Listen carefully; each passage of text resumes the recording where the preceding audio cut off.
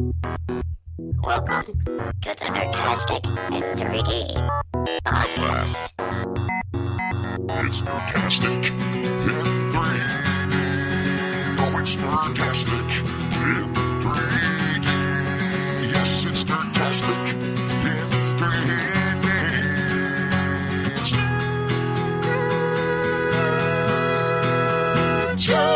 Nerdtastic In 3D! Bong! Ladies and gentlemen, That was fun. wow. That clap put us over the top. I think that was my fault. We hope that I your hit my cord. earbuds are okay. Welcome to Nerdtastic in 3D episode. I don't even know what 49? It's 49. Cuatro No idea. nueve. No, it's cuatro 49? nueve. Yeah. All right, so tune in next week for an That's exciting 49. episode. That's 49 for you. Our bicentennial? For you English-speaking folk. Ladies We're and almost gentlemen, there. welcome to Nerdtastic in 3D episode, apparently number 49. My name is Jason Carter. I'm Jack That was Eckler. 100. Jason Pecho. Josh LeBrot. This app is awesome. Adam McFarlane. And I told you. we first want to do a little apology because last week we mentioned we'd be here with our Game of the Year wrap-up, but we have a good story as to why. Did we post anything? No. Jack? What the fuck? No, I was going to post, but then I just thought that was even more of a letdown, so we didn't go into that. But we have a good yeah, reason. we to really make it official for Game of the Year for some of us who haven't played some of these games, we decided to go utilize the power of the Disney facility where we record the show that has a... Jay, how big is that screen, do you think? I think it's a 35-foot, I believe. 35 foot, not inch, foot screen, and play some Black Ops and Halo 4 on it because that's what you do when you have a 35-foot screen. So we were each at Damn a right. 17 and a half. I think the real thing that you need to know is Steez. we're basically playing off of a high-res 4K Christie projector.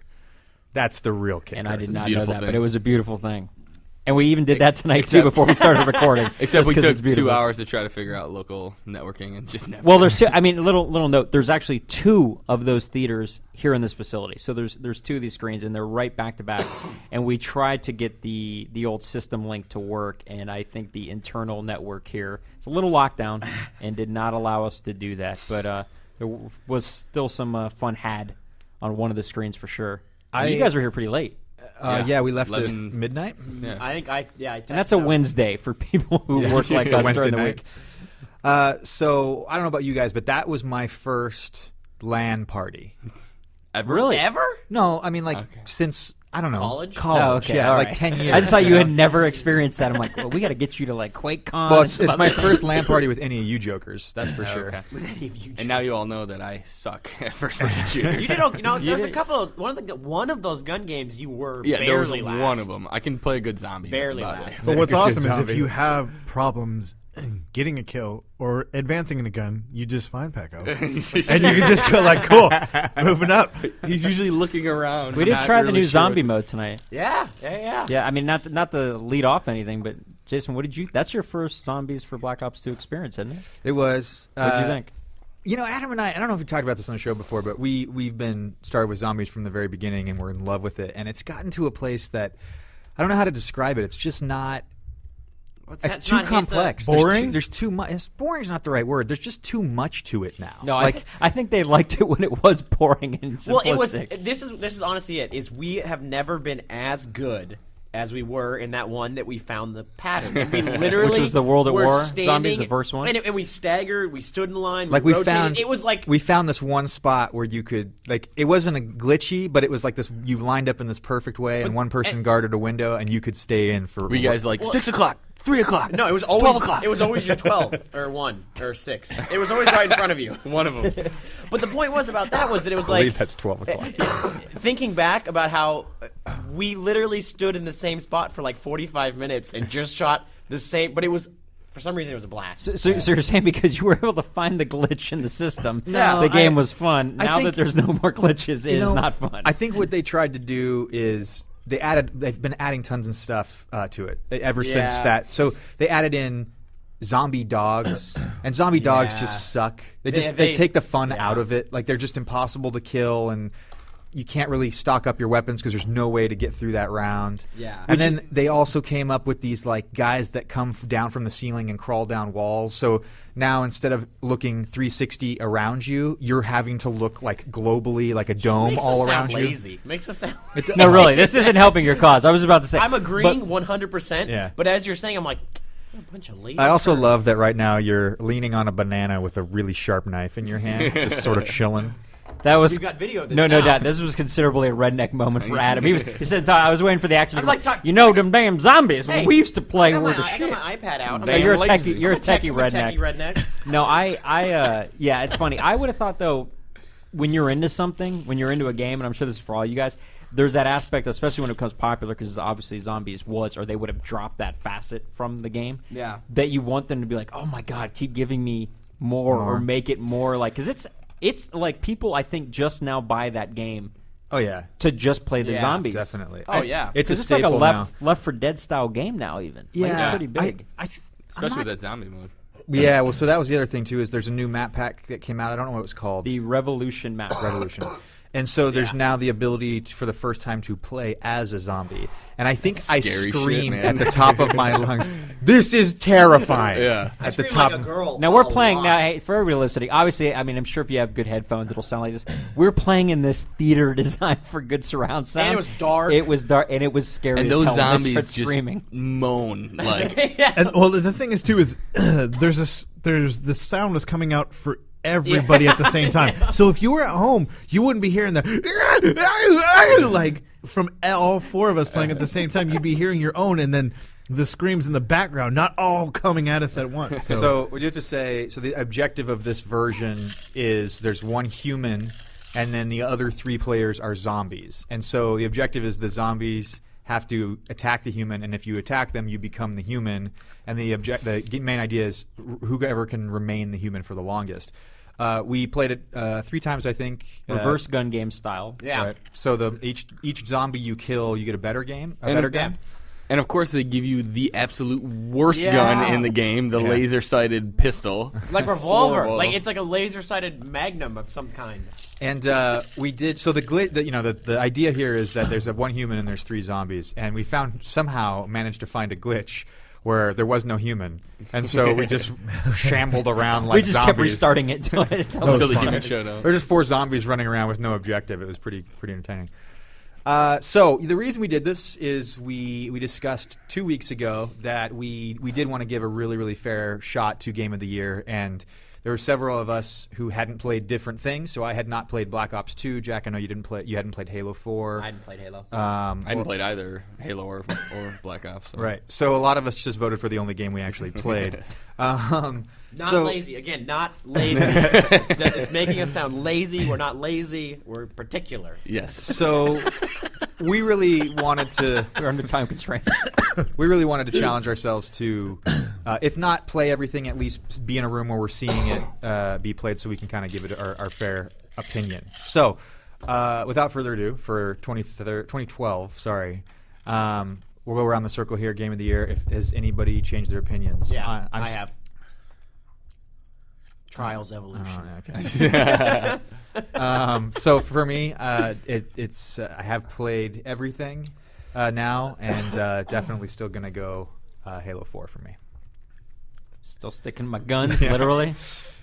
Black Ops 2. Okay. Having played both of those, I think they're both really good games, and I understand why you've both chosen them. But I got to stick with Walking Dead because it to me it feels like the most original of them all. So, And we should mention too that we are 2 Seans down this evening. Both Fennel and Kearney could not join us, and they. But who found common ground Fennel Kearney. Kearney. on the same game, didn't they? Yes, Yeah. absolutely. So Fennel did not change his vote. He told us he definitely still believes Walking Dead is the game of the year for its originality. And Josh? I'm still sticking with Halo 4. Okay. Adam? Black Ops, but I will say, playing how we played the last couple times, Halo was It's fun, man. ton of fun. Like it was Griffball. all that, but again, like that is you take the dynamic of us playing. We can digress in that Black Ops 2. We can have that conversation if we want to go down that. So we're We'll still come back. tied. So we are still at a tie, and Sean Kearney, who was the tie-breaking vote, who had not played any of them, I think, or he had played Halo 4 maybe. Anyways, he wanted to give Walking Dead a shot, and he did, and he voted in that he chose Walking Dead as Game of the Year for trying something different was his vote. So I think if we had categories, it would get probably unanimously from all of us the originality vote. yeah, I think that would because that seems to be the key for most of you guys. Because I think that was the biggest thing. None of you were like, I mean, the gameplay is spectacular. It was mostly, it's just really new and it's cool and it's got a good story, which I know is huge to Jay. Which amazed me that you didn't vote for it. You know, to be honest, I was really on the fence about it. And had Sean Kearney come back with something stupid like Mario Party, I honestly might have. I actually would have Nintendo expected Land. that from Jay. I might have tried. Fair enough. I might have swung. No, Which Mario Party though? I don't know. Who Paper 17. Mario. who Kearney did play Black Ops, only to tell us he was playing it on the Wii U, which I fascinates want to me. know who is playing. When he that. comes back on the show, I'm doing a whole breakdown with him how that experience. I want to went. know how you can call it anything other than the Wii U. So the 2012 Nerdy Game of the Year award goes to Telltale Games' The Walking Dead. Excellent job, you guys. It is a fantastic, fantastic game. If you have not played it, we highly, highly encourage you to check it out. Episode 1 is free on the iPad, I believe. Maybe still on Xbox Live. I can't remember. If you can get your hands on episode 1, you'll be hooked. You'll get the rest I'll give of a them. shout out too. If you actually just want to watch gameplay, you don't really want to play it, but you just are really fascinated in the story. One of the friends of mine and a fellow YouTuber, his name's OhItsLuca, OhItsLuca. We'll put a link to it. He actually has 2 channels. He does a lot of Call of Duty commentary, but he also has a second that he does playthroughs. And one of his playthroughs is Walking Dead, as well as I think he's doing one with Assassin's Creed 3. Okay. But The Walking Dead. So Yeah, cool. it's free. YouTube, you can watch it if you want. Cool thing with The Walking Dead too is that you can definitely get the entire gist of the game by watching somebody play it. You don't get the choices, but Sure. you can get the story. Sure. So it's super cool. Yeah, it really, really awesome game. And I'm really excited because we can get into this a little bit later, but personally it seems like adventure games where are really story-driven are coming back a little bit now. So Telltale, or I'm drawing a blank. Double Fine? Double Fine, thank you. They had the big Kickstarter for an adventure game, and Double Fine also released The Cave this week on Xbox Live, which is Ron Gilbert's first adventure game since like Day of the Tentacle, Monkey Island, Maniac Mansion days. So really excited that adventure games are coming back. Now, that Along being the said, same lines it's as Walking Dead, like I think Walking Dead is much more linear than a typical adventure game. Like most adventure games are, you kind of got to go around and find inventory and then figure out what connects to what and what pieces go together and solve puzzles. Okay. And this is a lot more of a, I think you said it last week, I would say this is a lot closer to interactive fiction than it is to what you would typically call a game. But it definitely, it's well-deserved the Game of the Year award for sure. But Jack, you brought up something that is probably worth getting into, which is, okay, so Walking Dead takes the Nerdy Award from Nerdtastic in 3D. What about Best Shooter? Ooh. that's the thing. I mean, Jay's played both. I mean, what did you? And they are different. Obviously, I hadn't played Halo 4. And I you picked did up not the- do bad. No, You I don't. did No, just I fine. told you I'm not horrible at first-person shooters. It's their controller schemes are 180 degrees different, other than the fire button. Yeah. So that takes a second to get. Well, it took the whole time for me to get Aim used down to. the sights. Oh, there's a grenade. There's a grenade, and that's the first thing I always and you're do. playing controller and you're not playing with your. Yeah. So that's a little bit different. But in general, though, Halo for me, I'm actually not bad with the controller because of that reason. Once I get used to it, you don't aim down sights, and it literally is like I'm aiming towards you, unless you're Pecho, who snipes out his. Yeah, I can't get close. I So- just got to stay at a distance. You know what it is to me, honestly. I think they're just two. They're two completely different kinds of genres. Yeah. And Two they different are- types of They shooter are genres. first Mechanics of yeah. them. Because I know when we got into a couple battles, I just do what everybody does to me. I just jumped every time, Yeah. and it's just different mechanics. Where in Call of Duty, you go prone. You know, there's everybody has their lame tactic in both games. Plus, I think like the initial difference is Black Ops rewards the first shot. Like you are, I don't know what percentage, I don't know any Sure, statistics, yeah, but yeah, you're sure. most likely. I mean, if you're the first one, you got to go jump on somebody. they rarely turn it around and like It's you don't unless have like, you're me. and you don't have long battles. Like it just takes longer. Well, there's to kill not a lot somebody of in running Halo. away in Halo. No, but and I there's- realized that real fast. There's not a lot of what I was trying to do, which is I get a couple shots and let me get around a corner. There wasn't a lot of corners to do that in, and that's just I found a little nook to hide in there for a little bit. you did. You found back in that corner and waited for me. Kind of I tunnel. think the interesting thing to me about both of those games, because I actually, if I was to pick one I had to play, I'd probably pick Halo.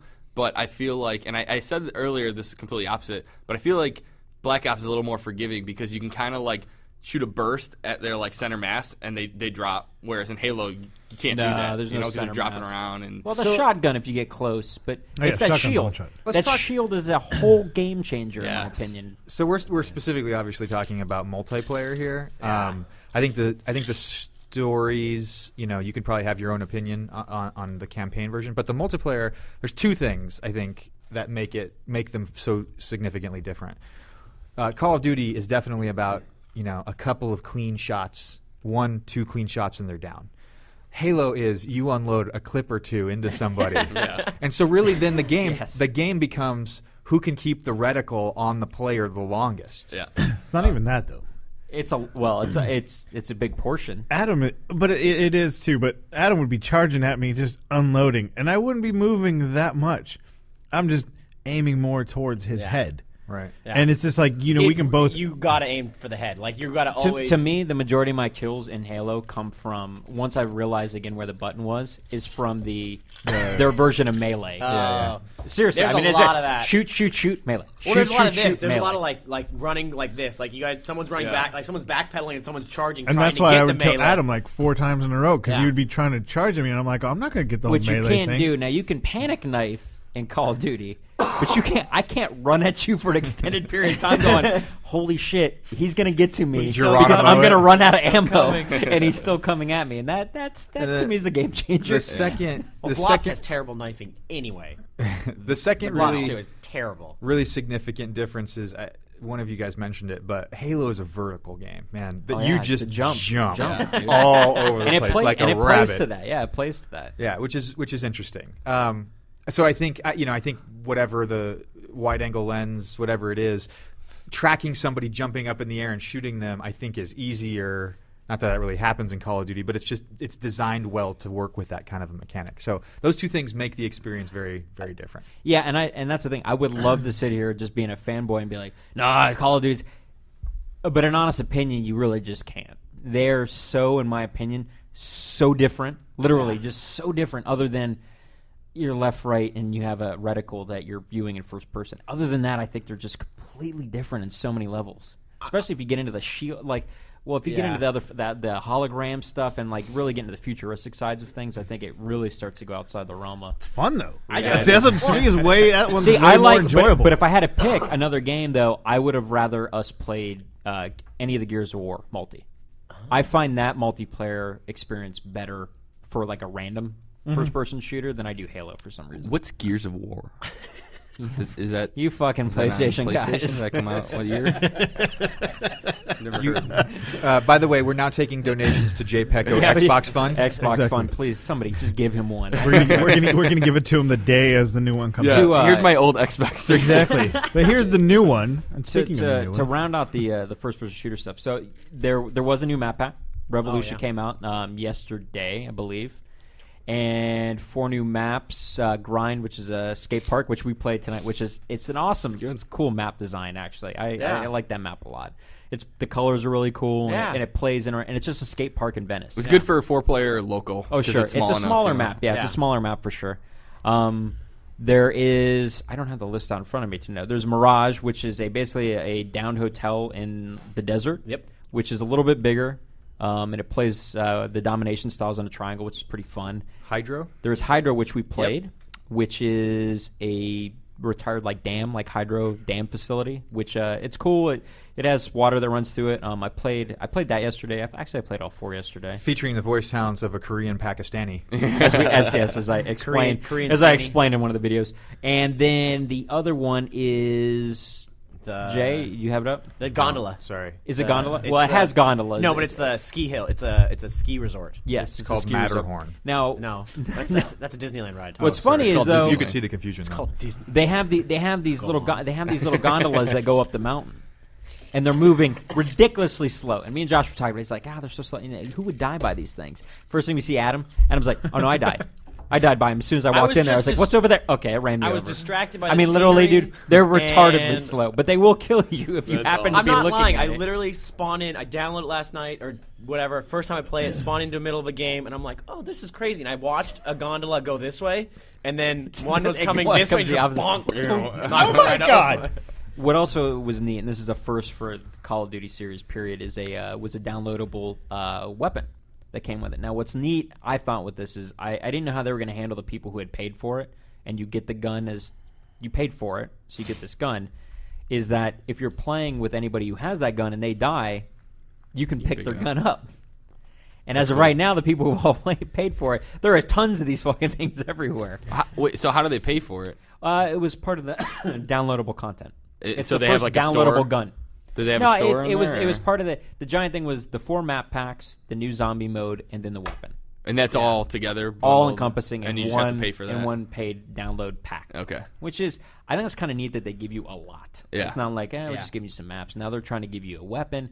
But what's neat is it doesn't cut somebody like, say, Jay plays and is like, well, you can't start with it, but I can be like, I guarantee, dude, you could run around when somebody dies. You could pick one up if you want to try it. Yeah. And it's a hybrid between an SMG and an assault, and it's pretty fun. I played for a bit and came back, but new maps are fun. They're actually one of the first packs where every one of them I actually found not too bad, which is cool.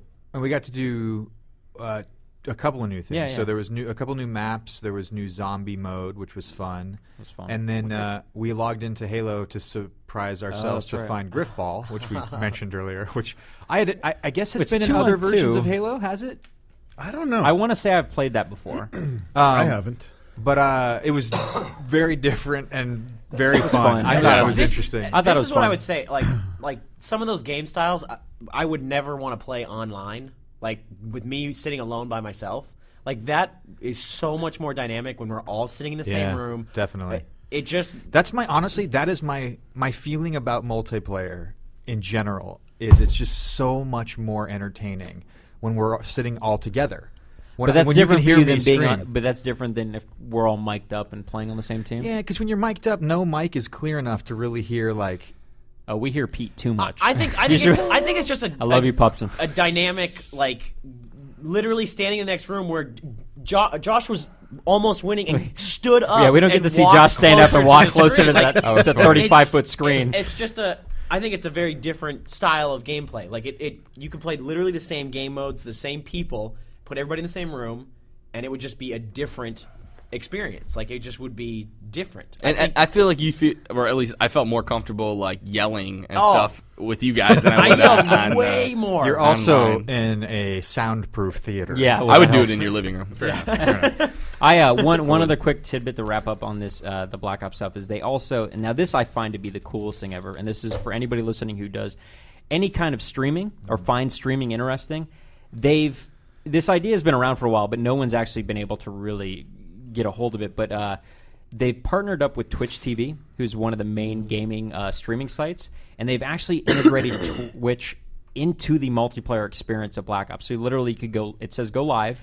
You sign in now when you're in Black Ops 2. You sign into your Twitch account, and it goes live. And past that, what I thought was even more cool is one of the cooler things with Twitch and some of their streaming software that you can download, like XSplit, is you could choose to use your webcam too and put yourself in a corner so people could see you while you play and get your reactions. Like Josh, like if he stood up and was like decided to beat off, you'd be like, "Wow, that's how he plays." Okay, now He's really now into this no, game. he's really into this game. Good for Josh. I had no idea he played like that. Well, now you do. They've enabled you to use your Kinect camera and have that experience even in game, which I just find it very cool. They're Weird. offering. I hadn't that. heard that. So it not only records your gameplay footage, it records your You can face? actually set up to do a picture-in-picture, which for cool. me to do now, I actually have to use my capture card, XSplit, screen grab, my webcam. Like it's a pretty big process to do what you have to do. Where they've now basically taken all that, and it brought the question to me: is like, would you guys have liked that in like a lot of other games you played? Like, if you thought about, it might be cool to stream this and see if somebody wants to, watch or my friends watch.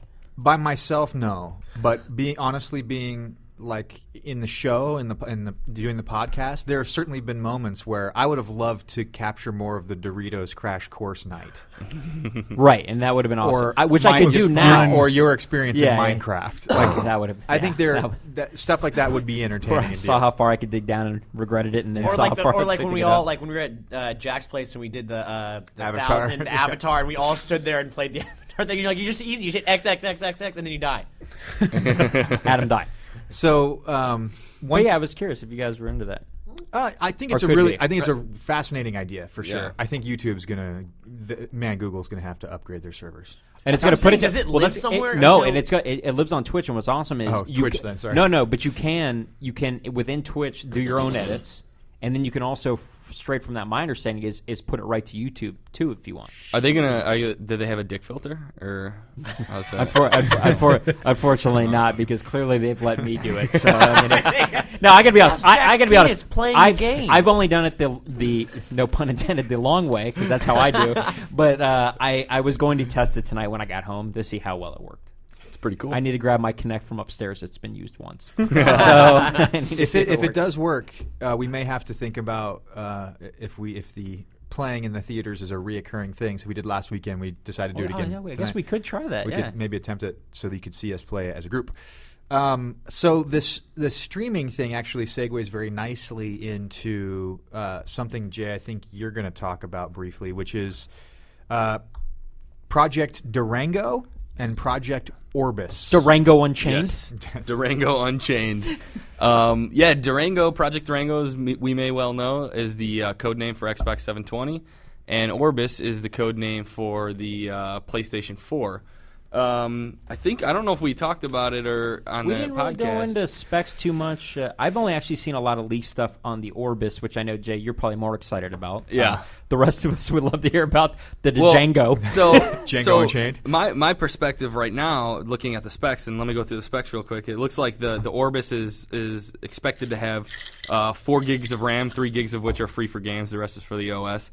Built-in AMD A10 accelerated GPU. And then I think that's a CPU GPU.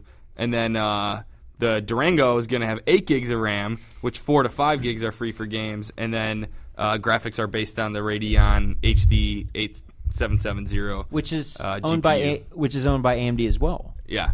So AMD's kind of lucking out here with the next console generation. I'm just throwing it out there, but if you're saying this, man, I hadn't really thought about this to right now, and not to cut you off, but if maybe you're thinking about a stock to pick up, Josh.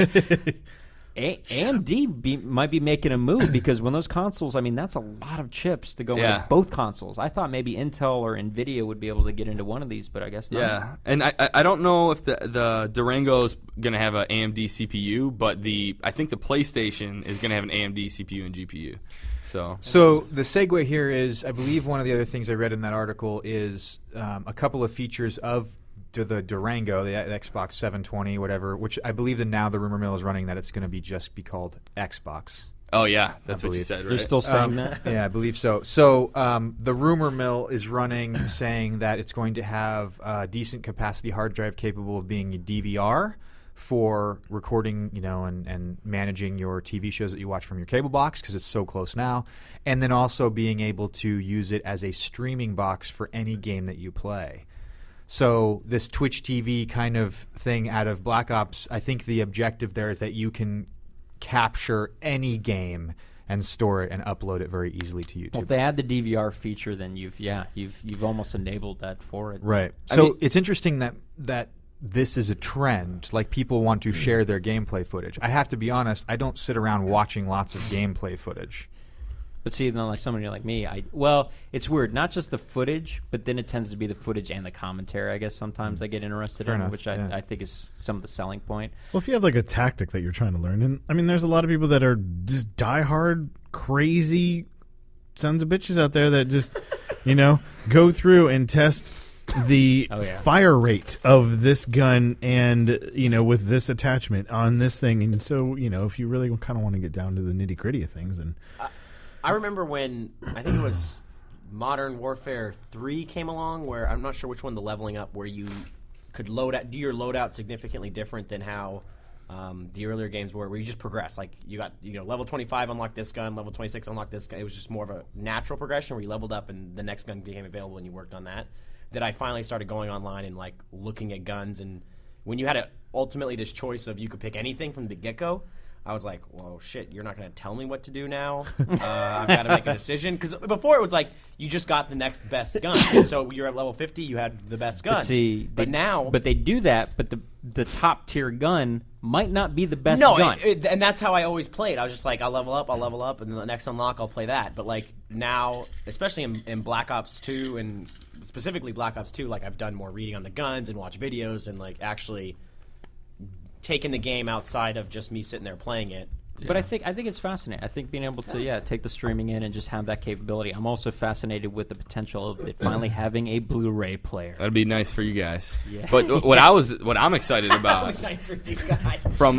because I already got a Blu-ray player, PS3. Come on. That's the only reason we have ours. why we have a PS3 as well. What I'm excited to see is how many games are exclusives in the next generation, because from what I understand, the PS3's architecture was a lot different to develop for than the Xbox 360s, and if they're both going to be using AMD processing units or GPUs, then I'm wondering how much differentiation they'll need to do to port a game. So you might get more developers on board. Exactly. Yeah. You might get more cross-platform titles and less, standalone. Now, have you heard, typically in the past, and this even goes back to when I was working on games, PlayStation was the worst at the time.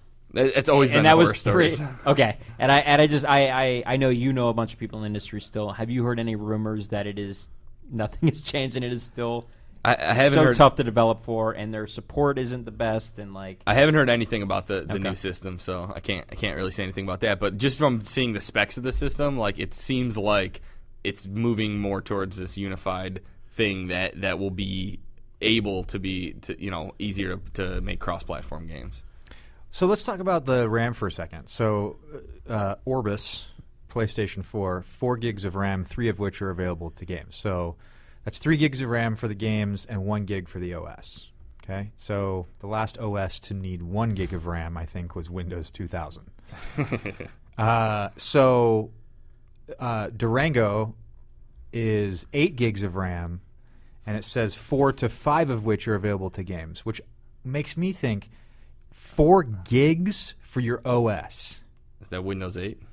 That's exactly what I'm wondering. Is that a full-fledged version of Windows 8? I'd imagine so, why considering not? how That's integrated exactly what it is even now. I just don't see why you wouldn't. I cannot imagine their current OS is taking more than 512 KB. I just can't. I mean, it's so pared down. Now it's smooth and it's nice, but I just can't imagine it's taking that much. Now I don't know, but that just makes me wonder: is that Windows 8? And it also makes me wonder. I think somebody had mentioned this, but why? Like for the Orbis, why 4 gigs? Just keep chucking memory in there. 16 gigs is not anything anymore. You're Sony. Why not make 16.17824? Exactly.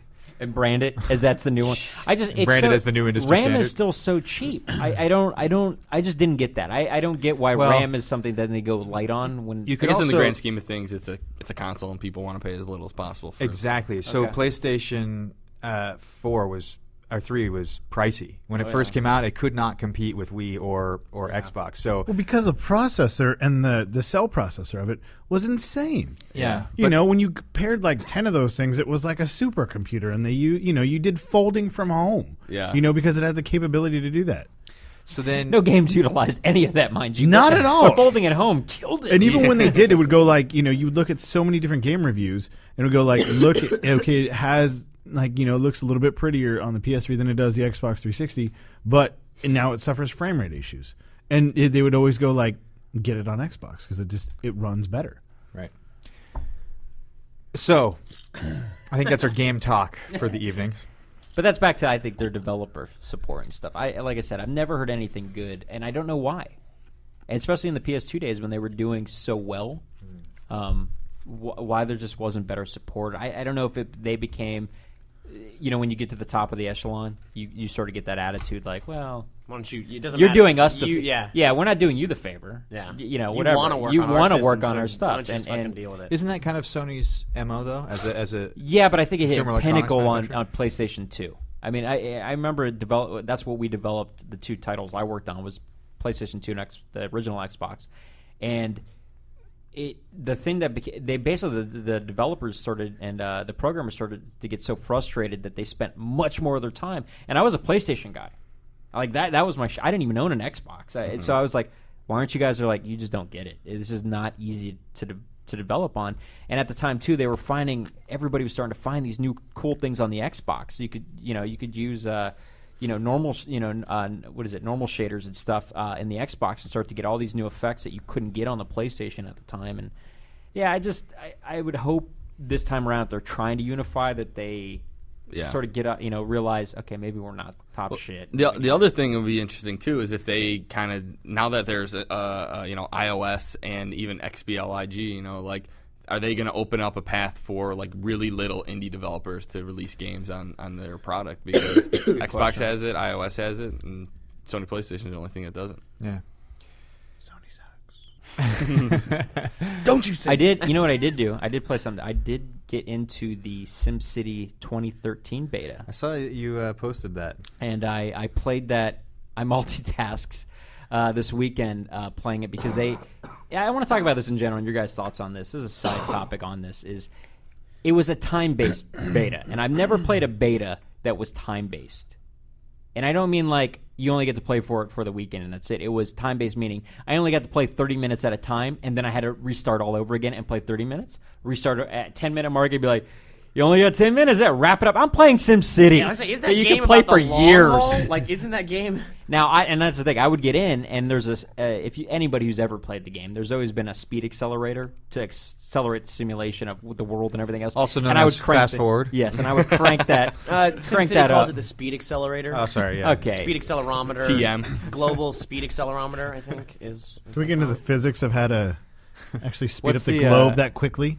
Well, it involves It's Superman. a flux capacitor. Really big wheel that they just attach to it that just, you crank this wheel faster and then the Earth goes faster. Put that anywhere. I feel dumber for having listened to know. Adam talk. Yeah, so that was frustrating. So I think they did 30 minutes at a time. So actually, I had that on my computer in front of me while I was playing Black Ops 2, which it's a cool game, and they've taken the graphics further. They've taken it now to this very, very hardcore simulation-based game, which kind of some of the facets that I've read about it remind me of Minecraft a bit, with a little bit better, at least better texturing. But I think some of the tech's the same as far as open world, and it's ever developing, and you can change stuff on the fly, and all of that happens. Not so much as it's programmed in to just say this. It literally is just this live simulation happening in real time, and I thought that was pretty fascinating. Well, I think the coolest thing you told me was that you can like. And I guess it's just like the integration of like social media now, or maybe not social media, but just social gameplay. You can see other people's cities. Yeah, and that's they've added this whole multiplayer facet to it, which I've liked. Before, if you played by yourself, you zoom out and you could see the world or whatever, and you could go to some different areas. What could be cool now is like me, Jay, and Jason could sit in there and go, okay, we're all going to get in this world. You can have your city over there. Jay's on this side with his city. I'm in the middle somewhere. And then we can literally do a lot of, because it's still sort of mission-based for certain things. We could interact with each other, build subways, each other, trains, all this crap, and be a little more interactive and go to each other's cities and stuff that you couldn't do before, I guess. Do they have any sort of like diplomacy thing too, like where you have to get like approval from somebody to build an airport to send to their city? That would be super cool. There's still a governing system, and I know like I think it was SimCity 4 where they went pretty hardcore, where you could either take your city one way, which is like just authoritarian obey kind of route, or you could take it this other way, super happy fun time route.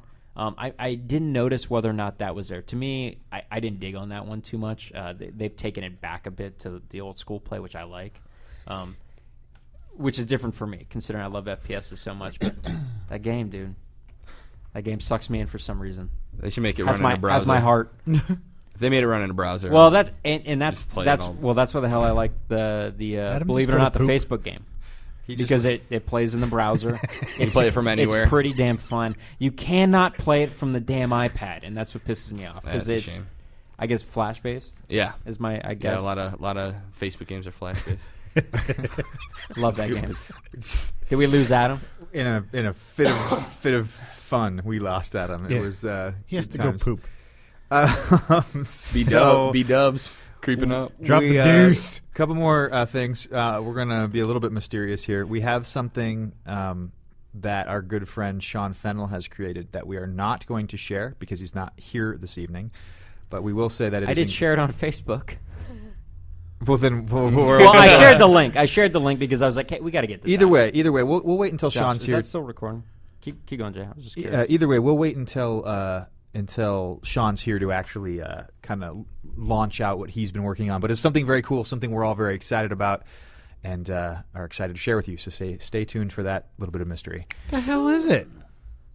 Just fucking with you. Do you not know? Actually, I don't. But and then little keeping with the rumor mill, which is actually no longer rumor mill now. It has been confirmed that J.J. Abrams is attached to direct Star Wars 7? Episode 7? Episode 7. What do you guys think about that? I'm excited. I'm Stoked. excited. You think all of a sudden fucking there's going to be a lot of lens flare in the Star Wars universe? Oh yeah, totally. That's just what he does. I don't even know if it's on purpose anymore. I don't even think he even sees it. It's like one of those things where it's just like I don't even know it's there. I don't hate. I like the. You don't halo. think if he notices the lens flare in space, I'm going to go ahead and say it's digital and that he has to ask? No, to put I'm it in literally there? saying like it's in there. Like he doesn't even approve it. Like I need lens flare. It's just automatically gets put in there by effects artists. You think there's it's like a shake node? They have a lens flare node that if you ever look at something bright, it just automatically does lens flare. Totally. And now it's just like it said, it's so second nature to him. He's just like, oh yeah, it looks fine. I'm super excited for it because like what he did to Star Trek, and I wasn't even a big Star Trek fan, and like what he did to that franchise was amazing for me, and what he's gonna do to Star Wars, which I'm a huge fan of, I'm just really excited to see where he goes with it. I'm curious. My favorite thing about J.J. Abrams is actually the stuff that he's done more from a writing standpoint. So some of the stuff with Mystery, with Alias and Lost and some of that stuff. He's done some good, he's a good director. He's a good visionary. I don't know that his movies have been revolutionary for me, personally. I think Star Trek was good, entertaining. I'm actually really excited about the sequel to Star Trek, more so than I think I was the first movie. Star Wars is tough, man. That's a beloved franchise, and so you're taking a risk on anyone. There is no person that, there's no person that could maybe live up to the hype in people's minds of what these should be. But isn't Star Trek like even more of a risk? Because I feel like Star Trek fans are way more hardcore than Star Wars fans. Yeah, maybe. I mean, I think maybe in number they might be a little bit smaller, but they feel like the more vocal community. You know what I mean? Because it's just they're just hardcore. They do have a lot of conventions. Exactly. How They many have Star a Wars lot of conventions have you been to? Right. Well, 12, but There's, my feeling is like there's probably a lot of people who feel that you couldn't get, not me in particular, but I've heard from a lot of people, you couldn't get much more worse than the last 3 Star Wars movies. So some might argue you could have brought anybody in who was a halfway decent director, and I would have went with maybe an Abrams or a Nolan to be like, this is going to seal the deal, that they're going to be able to pull it together. I think he can't do worse. Well, here's the thing. Like, I'd like to that's say, honestly, I think I'm going to lose credibility with anyone listening, but I really liked Phantom Menace. Minus Jar Jar, but I really liked that. No, that it movie. has the best opening, and I'll argue this with anybody. It has the best opening of any of the 3, and potentially some of the originals, just from the standpoint of you got to see what the fuck a Jedi could do. And that was retarded. And I was sitting in the theater when that came on, and he puts the lightsaber into the door. Dude, it still gives me, when I watch that scene, it gives me goosebumps because you just had no idea what the hell any of that could do when you see the other movies. You're like, oh, those are cool lightsabers, yeah, they fight and stuff. And then they start getting into, you could stick that shit to us like a yeah, you flash. hadn't seen anything like that before, and you're just like, oh. And that's maybe the worst part. 30 years to develop that idea. Yeah, you get so excited about that stuff that, some of it was let down. The rumor mill was running. Actually, it was interesting that Ben Affleck was also up for the role, which I thought was was a lot of interesting. people He's rumored. He's gaining some notoriety as a director. I haven't seen Argo, but I He saw won awards, won the Golden Globe. I'm impressed for sure that he's getting the notoriety to be considered. And then Michael Arndt, ARNDT, who is the screenwriter for Toy Story 3, is penning the first installment of the new trilogy. And that's where I think you can be a fabulous director and you can be a shitty director, but to me, it's about the story that you're given. You know, when you have everybody like sits there and goes like, "Oh, Lucas sucks as a director," and so on and so forth. He was also writing it. It was him writing it. You know, did J.J. Abrams write Star Trek, the new one, the reboot? Did he direct it? No idea. Well, that's the thing too. It's just like, you know, you can direct a wonderful script, and it's not that difficult. Not saying it's not that difficult, but you have a better solid foundation. You know, when you have a shitty script, you know, Nolan, he was writing the Batmans as well. So when you write that stuff and you're directing it, you have more of an understanding and more of a, you know, your vision is getting across. If you're a good storyteller too, you know, directors is just like, here's a script, direct this movie. Ugh, I don't want to. All right, but it's a paycheck. I'll direct this piece of crap. And this is like, oh, he's known for directing this. It's just like, did he write it? No, he didn't. He directed it. But it didn't work out. But then you look at the three, and the problem in my eyes wasn't necessarily the script and the story so much as he took people who are pretty good actors in a lot of movies and didn't, in my opinion, direct them and let them do one-take wonders, and it just came across as these actors just being told, that was great, next. You're like, and I'm guarantee it, there were people on set in some of those, and I'm sure the fucking cinematographer and some of the second AD and people who want his job very badly and probably are really good at what they do, you're telling me they sat back and were like, okay, and we're cool That's with perfect. it? Let's move on. God, there's some bad scenes with like Christian, what's his last name? Hayden Christensen. Yeah, Hayden Christensen, dude. It's just bad acting, and I've seen him in other movies where he's not near as bad. I do. It's just interesting because it's all about audience expectations, I think, and because there's so many fans of Star Wars. Adam's back from pooping. And he looks relieved. 10 pounds lighter too. Damn, you Buffalo Wild Wings. So because there's such a big fan base and the franchise is very, very loved, there's an expectation that people sort of hit this mark. Now, I think of something like, let's look at the Spider-Man franchise. I think consistently the bar has been not very high on those films. Now, to be fair, I have not seen The Amazing Spider-Man, the new one. Pretty good. Is it? It's a lot thought it better was than good. the third one. Yeah. Okay. The second one, though, I like a lot. If I were a director, Really like the second I one would too? be considerably less nervous taking on the next installment of the Spider-Man franchise than I would be Star Wars. Well, But the other thing Good, too, good. though, is that like I think superhero movies have been notoriously pretty bad, and there's quite a few more exceptions to that rule now. But like Star Wars, like I mean, the the second three were bad, but the first 3 episodes are like. So here's what's funny is, do you guys honestly think that the second 3 were bad, No, or I they just enjoy weren't them. as good? I enjoy them. I just think there's some bad acting in them. Yeah, That's I all. agree. Yeah, I think I actually enjoy the story. I think some of the premise, the visuals are pretty out of control if you really look at stuff. But the acting, he just outside of somebody like Ewan McGregor, which even their scenes with him, you could tell. But he's such a good actor. You could tell he just overcame a lot of crap. But there's some other scenes that are just not good. Not easy to watch acting. Yeah, but it's funny you bring up the thing about taking this on and whatnot, and that was everything I had read with a lot of the directors they had approached first, which were it's just Too much I think pressure. it was Zack Snyder who in one of his interviews was just like that's more than I would ever want.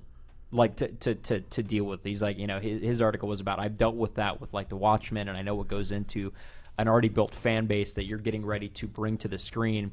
He's like, I can't fathom what the pressure would be like to have that do well. Yeah. I think there was something to be said. I don't know if you guys, I missed a little bit of the beginning of this conversation. But, You were pooping? yeah, I did. Buffalo Wild Wings. Jeez, guys. Anyway, no, the idea that they're Star Wars, the first ones came out in the 70s, and then they revamped them in 2000s. Was it early 2000? Revamp? Oh, you mean or like the new, whatever. But it's like all of a sudden now you're revisiting a story that was conceived in a world where technology was very, very different, and how they made them was very, very different. It's the same thing with the Indiana Jones movies, where See, I love the last Indiana Jones. I thought it was super fun. and Crystal Skull. Yeah.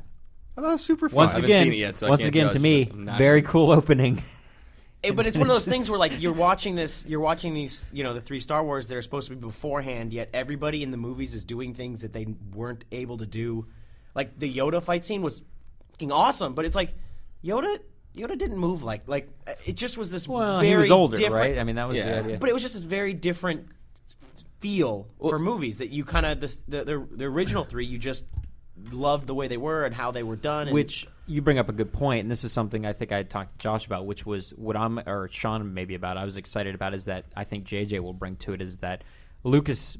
Some will argue the downfall was the green screen aspect, that he decided I'm going to just use ILM to its fullest, shoot everything green screen, and just go with that. It's going to cut down on whatever cost, and I'll just do it all in post. Whereas JJ will shoot in space. Yes, They're building a but Death I honest Star to God, right now. I think he still lives in sort of that mentality of trying to shoot a lot of stuff that you can shoot on set, which I think there's something to that, and that's what made to me Star Wars so cool. Is a lot of it was on practical sets, and then when we moved to the new Star Wars franchise, it was this is just so. And now obviously we work in the industry, so it's even more apparent. But it's like, God damn, this is my parents are just saying, this is overly with the CGI. That's not a good sign, and I miss that directors who do that. So I'm hoping he can do what he did with Star Trek, which is throw in the map paintings, throw in the effects when they have to be there, but then outside of that, just spend some money on some great sets. You know what I mean? I think my complaint about Indiana Jones in particular was like it just wasn't. It didn't have the same feeling as the other ones. I think it was fun. I think if you took Harrison Ford and the hat out of it, like it would have been a fun movie. Like it would have been fun, but it just didn't have the feeling. And the same thing with the Star Wars, like the first three and the whatever do you call them, the second three, The sequel, prequel. It just does not have the same vibes. I don't know. I think it'll be interesting to see about like the tone of the movie. Yeah, because a lot of J.J. Abrams movies, they're more of a serious tone, even if it is a lighter movie, say like Super 8. Even though it was based around the kids and stuff like that, it was like kind of a heavier toned movie.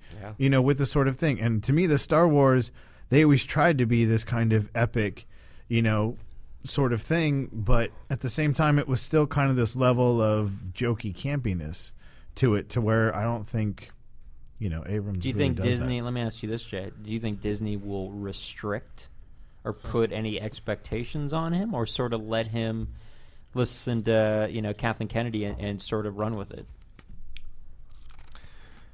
I don't have any inside information on this. No, and I don't mean that. Your opinion. I don't. Yeah, I know you're not a direct ear to those people. So the chairman of Walt Disney Studios, I believe now, Alan Horn is the new guy. I believe has a really, really positive relationship with Kathleen Kennedy. My understanding, again, simply from reading the trades, have no inside information here, is that Lucasfilm will be given. Kathleen will be given a lot of creativity to oversee Lucasfilm. Kathleen Kennedy, in turn, has been a big, big fan of J.J. Abrams for a long time, big supporter of his. So you kind of have to weigh what you read versus what the reality of a studio is. I think if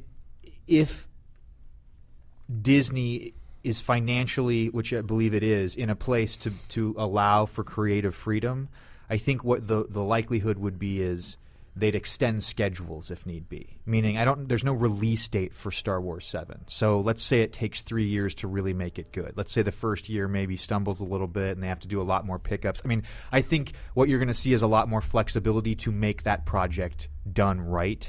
Now, I don't know that JJ is going to screw it up. It could be done first shot out of the gate really well. But I do think what you'll see is Disney allowing Kathleen and JJ and the Lucasfilm crew to a little bit of, hey, you do your thing, you do it right. We have the money to support you, but probably not get too involved would be my guess. Did they do that with the Avengers? I don't know. That's a good question. Which I don't was know. a win, obviously for them. Huge win, yeah.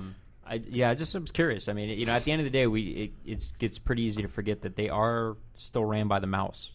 Yeah, but I think what's really interesting, and I'm not saying this because I'm an employee, I do believe that Disney recognizes creative talent in our industry and really gives them a lot of freedom. Now we definitely know this firsthand from, John Lasseter, who oversees the animation division and interactive and Imagineering for the Walt Disney Company. he's kind of the creative executive who oversees that stuff and has the company has an incredible amount of faith in him and his vision and his ability to craft a story.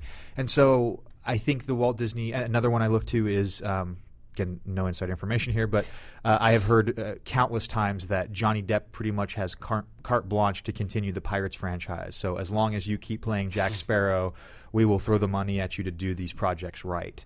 And so I think what you see is that the Walt Disney Company has a history of investing in creative talent and allowing them to do their thing and do it really, really well. And another really great example of that is while there's been a lot of people who have admired Tim Burton, Disney has been one of the main people to support his career.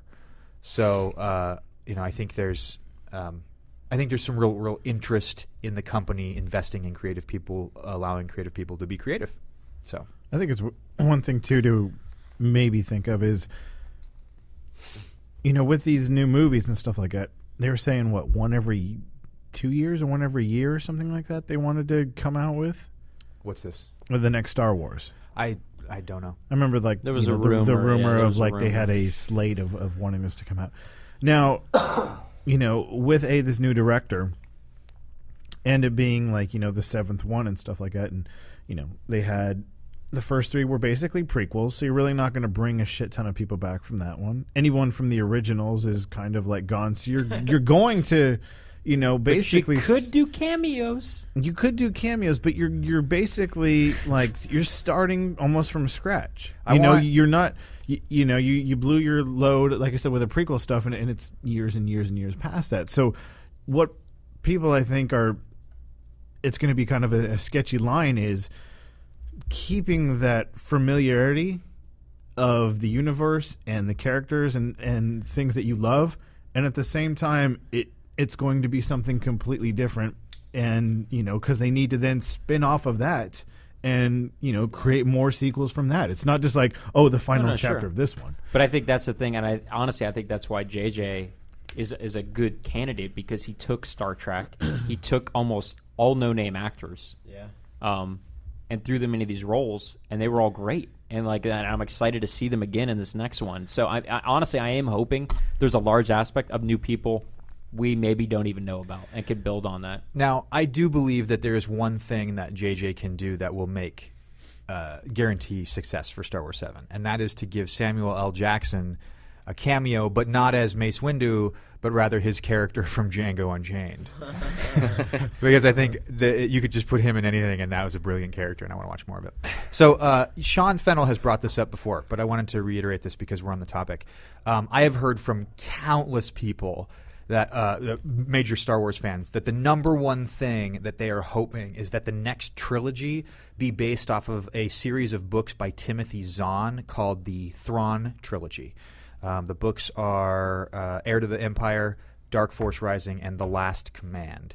Have not read these myself, but again, I've heard this from enough sources, random people that don't know each other, to really give it some weight as far as I think there's a lot of fans behind this trilogy. Do you know if that trilogy includes the stories based off of the Skywalker family or whatever? Because it seems like the first three were all about Luke and Leia, right?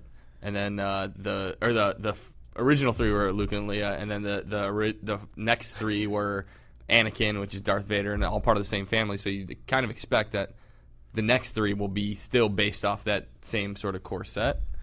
I don't know enough about it. I was just reading a little bit here, and it says that I just don't know enough about the trilogy. It does say the trilogy sold a combined total of 15 million copies between the three books, so that's significant. That's big. I'll give you the summary here. Hopefully no spoilers. Apologies if there are. As the first book opens, the rebellion, now known as the New Republic, is still fighting to mop up the final Imperial resistance and set up a functional government out in the fringes of the galaxy. The most brilliant of all the hand-picked Grand Admirals is gaining strength and preparing to attack the New Republic. After convincing a Dark Jedi to join his side, Grand Admiral Thrawn is confident in his victory.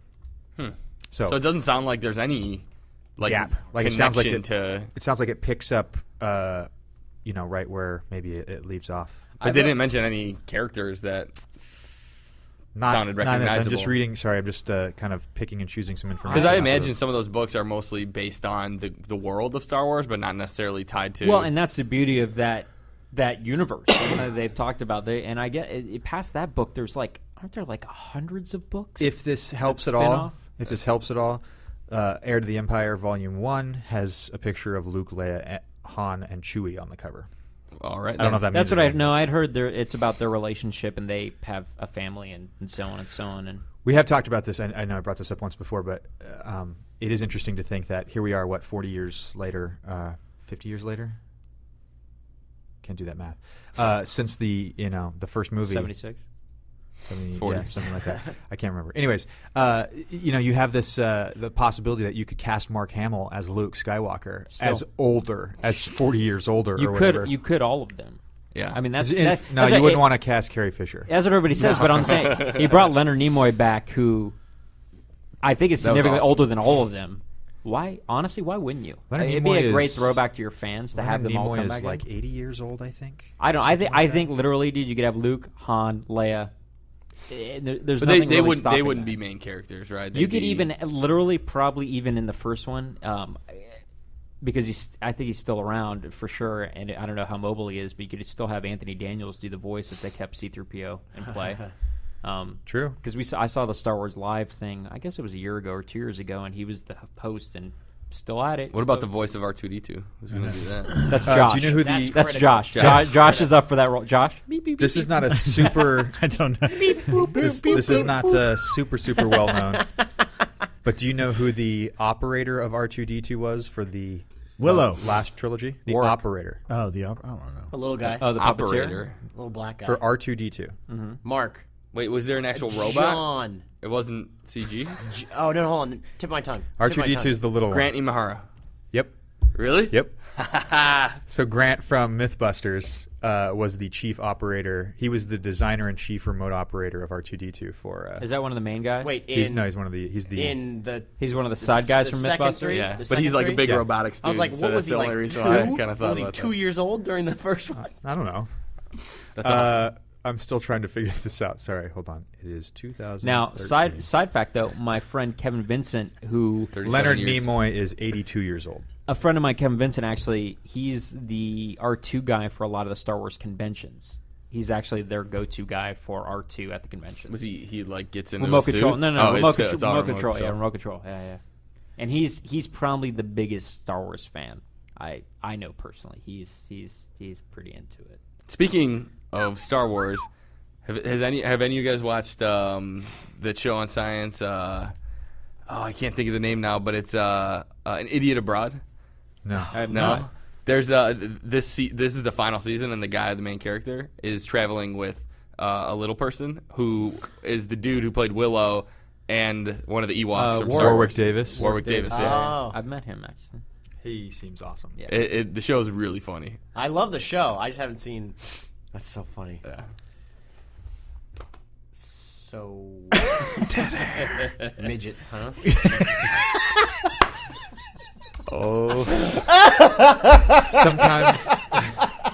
Sometimes we just wish you could be here in the room with us. Okay, one let's throw this out here. Why? So we get it off the list, and only because I was fascinated by Jason's post of it. So Black Ops 2 released their care package with a helicopter, which I thought was pretty badass. It had a damn I helicopter. still in saw it. one at Best Buy today. A quadricopter, remote control quadricopter. Jason, tell us what Splinter Cell's willing to give you. Gotta be honest, I don't even know what Splinter Cell is, but apparently there's a new one coming out, and there's a super duper version, whatever they're calling it, Splinter Cell Magnificent 7 version. I The don't Blacklist Collector's Edition. know. You need to call it the same super version. Super version. That is coming with a remote control C-130. C-130 airplane. How's that even gonna fly? I Don't. It looks I like don't know. it's just It a looks weight. damn amazing though in the picture, and I gotta be honest. I don't want to. Does anybody want to buy the game off me so I can just Kearney buy might buy it buy off. the He game? likes Splinter Cell. Okay, I just want the plane. Right? That's kind of what I'm thinking. Would this I want not to buy be that fun to just take for the out where plane. we live? Yes. There's tons of spots Absolutely. to fly this thing. Over the Are prison? you sure it even flies? Over the prison. Do you know what's gonna happen here? Like, here's the thing. Like, You will be shot. here's the thing. Like the little RC helicopters. It's up and down. a plane is always needing to go forward. You're going to crash that sucker somewhere, and it's going to be done in, I bet, one takeoff, and you're done. Naysayer. I don't even think it'll get off the ground.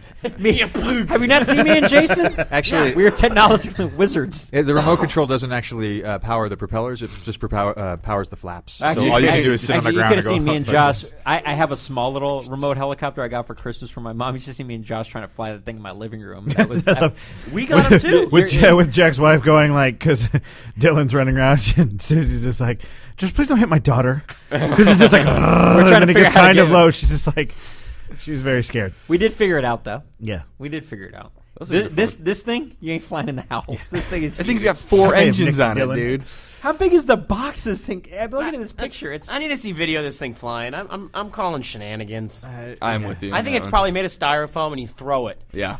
So No, it's got a remote. Yeah, big deal. updates. Remotes make sound.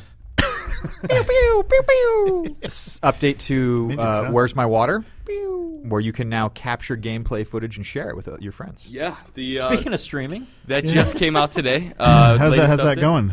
That update. It's going well. Yeah? We just released No- a fix no- for the no bug. problems at all? Yeah.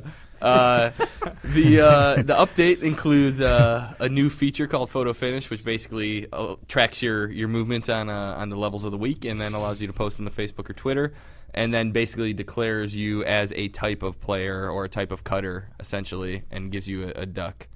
What are the Jason, What are you the are? types of players? Well, it's like do you have names? Like I can't remember all the names, but basically there's like 7 types, and depending on the way you play, like if you do a lot of little cuts or a lot of taps, also you there's called like polka dotter. You call them cutters. Yeah, that's not. I didn't mean that word. Okay. Let's rescind that. Okay. he's like, "Don't hold me to that." Okay. Cut. I was like, really? That got through the Disney, Yeah, Q that's not illegal that's not in the team. Okay, what we got here is we got ourselves some cutters.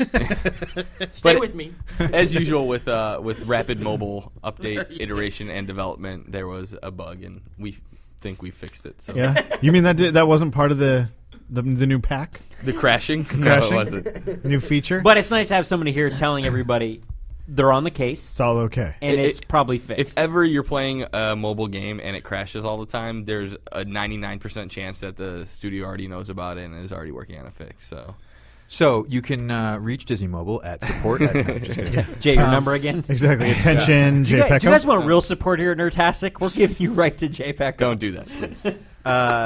So probably about time we should wrap up the show. Do we want to talk? Do we want to talk about Sean's update, No, from the or do you want to wait? I think we should probably let him. If you Shine. want a sneak peek, go to the Facebook page. I won't even tell you what it's about, but it is the last post on Facebook. Yep. Check it out. I do want to mention one other thing, though. Which the last weekend I participated in this thing called yeah, glad you brought this up. the Game Jam, the Global Game Jam, which is a super cool idea. Basically, last weekend, everybody around the world who wanted to participate in it could participate in a weekend-long game development competition. And everybody had the same amount of time to work on the game, and everybody worked under the same thematic constraints. And so the theme for this year was basically it was a sound of a heartbeat. And there's a lot of really cool games made out of it. One that might interest some listeners or you guys would be the Surgeon Simulator 2013, which basically is like, have you guys ever played Co-op? Yeah, It's that's like the running. Yeah, the running Yeah, one where you yeah, have to yeah. like control the joints. Well, Yep. this is basically you're performing surgery and you have to control all the joints of a hand and pick up like the things to do the surgery with. It's pretty insane. It's a lot of fun. But the coolest thing that I got out of this game jam was how accessible game development is now. Like I worked on a team of 4 people. One of the people was in Chicago. Another one was at his apartment in L.A., and then the other dude was with me in my apartment. And That other dude being. this dude named Kearney was in his apartment. okay. This other His dude, wife wasn't letting him go to the old Pecho home for 24 hours. well, actually, Kearney got sick like the day before, and he was like, wow. "I'm not gonna. I'll just work from my place." But we did it all on Google Hangouts. So we had a video conference up the entire time on Google Hangout. We found a free shared Subversion repository. We used SourceTree, which is a free version control software, and then we used a free task tracking software, and then we used Unity to make the game. And we did this all in 24 hours. Made a game for free, collaborating with people in different states. Was this like a competition you could win or place in, or like how did they judge? I this don't stuff? know how if as a whole Global Game Jam is a competition that they like pick a winner for, but typically the way it works is colleges and potentially other organizations around the world host sites for the Global Game Jam. So what you're typically supposed to do is not work remotely. You're supposed to go to the site and collaborate with people. We decided to work remotely, which ended up being really cool. And then the site typically, it doesn't have to as far as I know, but the site typically has like a winner. And for our site, we actually participated through my college, DePaul in Chicago. We were like the first remote team they'd ever had. So we weren't really we didn't really want to be in like the competition, like, competing against a whole bunch of college students, stuff like that. So we decided that Why not?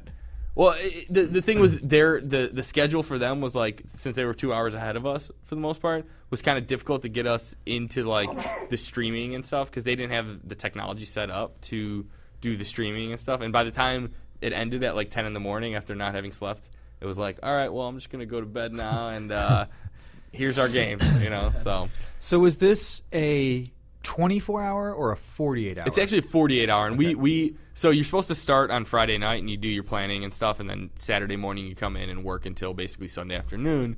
And we decided we weren't going to work on Friday night because we all had plans, and we basically started brainstorming ideas at 8 a.m. Saturday. By 10 a.m. we had an idea of where we were headed, and we started programming, and then by about probably like 3 or 4 in the afternoon, we had like something that was like we were able to mess around with and then just iterate on. So They should do that for Seagrass. Hold on. I want to hear that again. So They do an They do animation. the animation one. My buddy won that one year. By 10 a.m. you had an idea, and by 4 in the afternoon that day you had a working prototype. we had it wasn't a game yet, but we had something working that we can mess around with and stuff. Wow. But, yeah. And now, what can you talk? Do you feel comfortable talking at all about like what platform you used and all that stuff? Oh yeah, absolutely. I mean, we were all on. The guy in Chicago was on a Windows PC and he was using Unity. We were all using Unity, and then all of us in LA were using MacBooks because I let my buddy use my other MacBook because he's a PC guy too. But he lives in Venice and he has to take the bus everywhere, so he couldn't bring his PC with him. So you were developing. Was it specifically a mobile game? Do you have a? So it doesn't. There's no restriction on what kind of game you can develop. You can use any peripherals, any platform. We did a mobile game. The initial thought was that we weren't going to do a mobile game, and then the game we ended up making was like it was called Pill Pusher, and the idea was to like push a pill through a vein without actually being able to control the pill. You can only control the width of the vein. So the vein was basically like. Each wall of the vein was like a springy type object that you can drag around, and we felt like if you could like pinch and like pull the vein apart, it would work really well. And so it basically from that point, I was like, we're gonna make a mobile game. Right. Interesting. And so you were working on different platforms, computer platforms, using Unity. Yep. And you prototyped something and had it up in 6 hours. 6 Do hours. you have That to, is do you have to do? amazing. Does your team have to do all the art as well? Yeah, and we didn't have any artists, so we basically used all the primitives and then put a like vector graphics shader on it, so it looked like an old school game, and called it a day. Like a toon shader. Oh, very No, like the only thing that rendered was the lines of the primitive objects, and then made those different colors. Interesting. Interesting. Yeah. Very cool. So did you have fun? It was awesome. I mean, I haven't done something like that since college, and I haven't, we've been working a lot on Where's My Water for the last couple of years and the Where's My franchise. So being able to just sit down, come up with a game idea, and just bang it out over a day was just like, it was such a cool experience. And I highly recommend game jams to anybody who's looking to get into the game field because that is something you can put on your resume. And even after, like, even if you're not like, oh, I don't want to show this like kind of crappy 24-hour game I made. You have a game now that you can spend the next 4 months iterating on and polishing and working on to be able to show a game company. So, I did a 48-hour film competition, and one thing I find interesting is these teams that come together. Was there any importance to you in having a prior relationship to the people you were working with?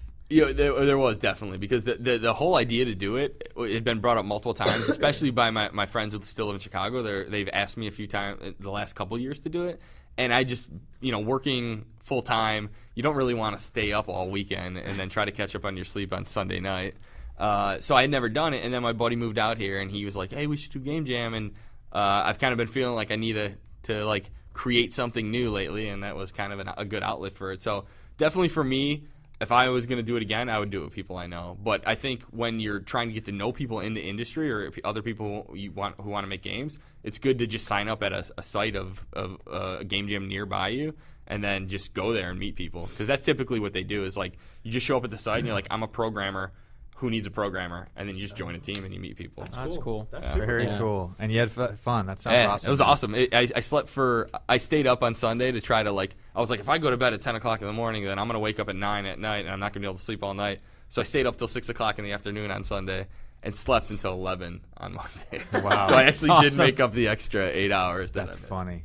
So, along those lines, and that being the inspiration, we actually are going to be doing a 48-hour minute game festival that Nerdtastic is going to be doing. 40. What did you just say? So you have 48 minutes to create a game. And, I thought you said 48-hour minute. No, game. 48. If I did, I'm sorry. I didn't mean to. So a 48-minute game festival from Nerdtastic in 3D, and the only people that can participate is us. So we already got it. Yeah, you're done? It doesn't have to be digital, does it? Absolutely not. No, in fact, the only thing you can use is a pen and a napkin, not even regular paper. So, ladies and gentlemen, this has been not right. He's making this up as he goes along. This has been Nerdtastic in 3D, episode number 49. Join us next week for an incredibly exciting episode number 50. Bicentennial. I don't think Cinco that's right. Zero. Is that right? Bicentennial is your 50th. Thank you, Jay. I would not have known what you were I can saying. tell you, yes, next week will be number 50. Bicentennial, right? Can you believe we've done 50 episodes? Is anybody going to answer my goddamn I don't question? think you're right. Yeah, bicentennial, that's right. Isn't bicentennial? It means every 200 years. Yeah. Oh, so that would be okay. Yeah. It's half centennial. Half We centennial. also literally is that closed movie down with the Robin studio. Williams. Amazing movie, Bicentennial, by man. the way. So thank you so much for listening. My name 200. is Jason Carter. Jack Eckler. Jason Pecho. Still Josh LeBrot. Adam McFarlane. Thank you very much for tuning in. Check us out next week, and a couple exciting announcements, and hopefully some Sean's back. Yay. Boom. But thanks, guys. Bye. Bye. Nerdtastic in 3D.